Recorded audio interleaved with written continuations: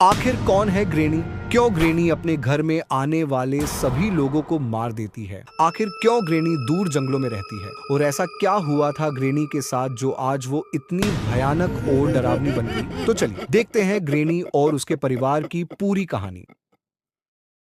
Granny का जन्म south America में हुआ था। ग्रेनी अपने पिता के साथ उसके घर में रहती थी, लेकिन ग्रेनी के पिता साउथ अमेरिका की गैंग्स और क्रिमिनल एक्टिविटी में शामिल थे, जिस वजह से हर वक्त ग्रेनी के पिता के ऊपर मौत की तलवार लटकती रहती। लेकिन एक दिन किसी गैंग के गुंडे ग्रेनी के पिता को मारने के लिए उनके पीछे पड़ते हैं, लेकिन ग्रेनी के पिता ने पहले ही रोमानिया के घने जंगलों के बीच एक घर बना रखा था, जहां वो ग्रेनी के साथ रातों रात उस घर के लिए निकल गए और उस घर में रहने लगे, इस उम्मीद से कि वो यहाँ एकदम सेफ है।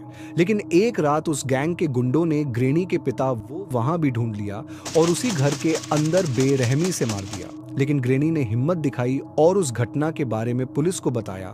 अब क्योंकि ग्रेनी का कोई भी अपना नहीं बचा था, इसलिए पुलिस से ग्रेनी को अनाथ आश्रम में भेज दिया। फिर समय बिता और ग्रेनी बड़ी हो गई, जिसके बाद वो एक रेस्टोरेंट में काम करने लगी और उसी रेस्टोरेंट के एक वेटर से ग्रेनी की आंखें भीड़ गईं और उन्होंने शादी कर ली और दोनों उसी ग्रेनी के जंगल वाले घर में रहने लगे। कुछ समय बिता और ग्रेनी और ग्रैंडपा की एक छोटी सी प्यारी सी बच्ची हुई, जिसका नाम उन्होंने एंजेलिना रखा।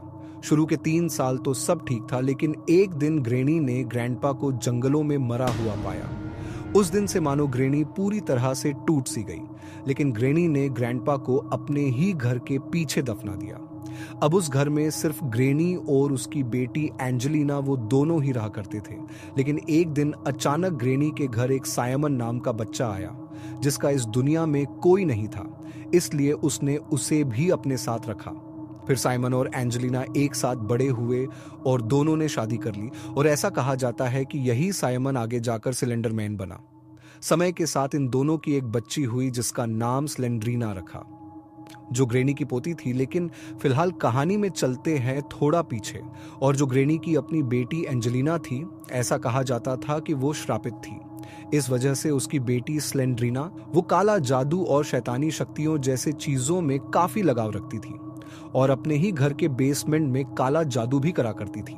इसी के साथ स्लेंड्रीना ने एक कॉफिन गाय नाम के आदमी से शादी की, जो वैम्पायर जैसी चीजों पर रिसर्च करता था, और इन दोनों की भी एक बच्ची हुई। लेकिन कुछ ही सालों में स्लेंड्रीना की काला जादू और शैतानी शक्तियों के पीछे अपनी भूख और बढ़ने लगी, और इसी बीच उसके हाथ लगी एक शैतानी किताब, जिसके अंदर लिखा था कि अगर वो अपने बच्चे की बलि देती है तो उसे सभी शैतानी शक्तियां मिल जाएंगी। फिर स्लेंड्रीना वैसा ही करती है, वो अपनी 2 साल की बच्ची की बलि दे देती है और उसको ये सब करते हुआ ग्रेनी देख लेती है, इसलिए स्लेंड्रीना ग्रेनी को उसी बेसमेंट में बंद कर देती है जहां उसने अपनी बच्ची की बलि दी थी।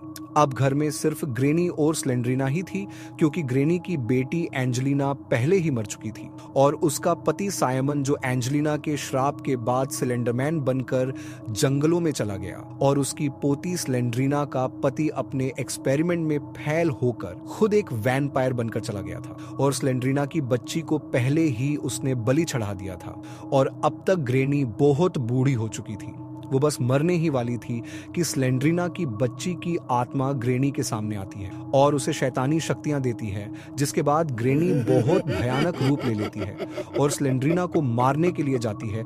लेकिन स्लेंड्रीना का कोई अता पता नहीं था।